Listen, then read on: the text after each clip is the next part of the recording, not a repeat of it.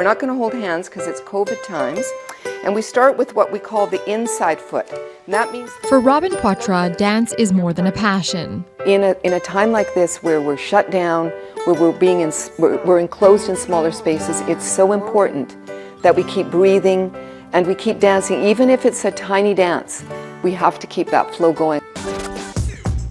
Just rockin' here. Movement is what has kept the artistic director at New Dance Horizons in Regina on her toes for the last 8 months during the COVID-19 pandemic. Back in March, the studio was forced to close down just as the team was gearing up for their 35th anniversary. You know, I've been doing a lot of crying. But she says they didn't lose hope. They immediately jumped into the world of virtual events and classes.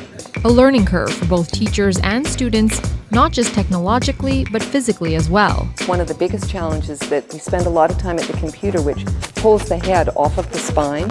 So we've been really focusing on somatic classes, and somatics is a body of work that focuses on the internal system rather than looking at what someone else is doing and trying to imitate it. It looks at the flow of blood, the flow of water, how the organs integrate. So it's a very personal experience, and those classes have been really successful. The online classes, she says, has given them more opportunities to do what they do best, get creative. We had to determine what of our programming we could pursue, what things might be interesting and useful for people in a lockdown. And one of the things that came to the forefront was the Pelican Project that we do, which is an intercultural, multidisciplinary project that involves paper folding, origami techniques, carving, making beaks. We actually carve shoes as well.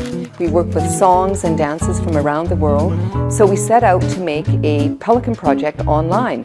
She admits, though, the online space is very competitive and the not-for-profit has suffered quite a bit financially, especially after their major annual fundraiser got cancelled. Everybody's looking for money, so the competition for cultural dollars has increased. Not all funding bodies have determined which way they're going to go. There have been some special funds released in direct response, of course, to COVID, and that's been helpful. Yeah, we've lost a lot of money. How that's going to impact us down the road, we don't know yet. But she's taking each day one step at a time. The days of the big dance classes, don't know when they'll return.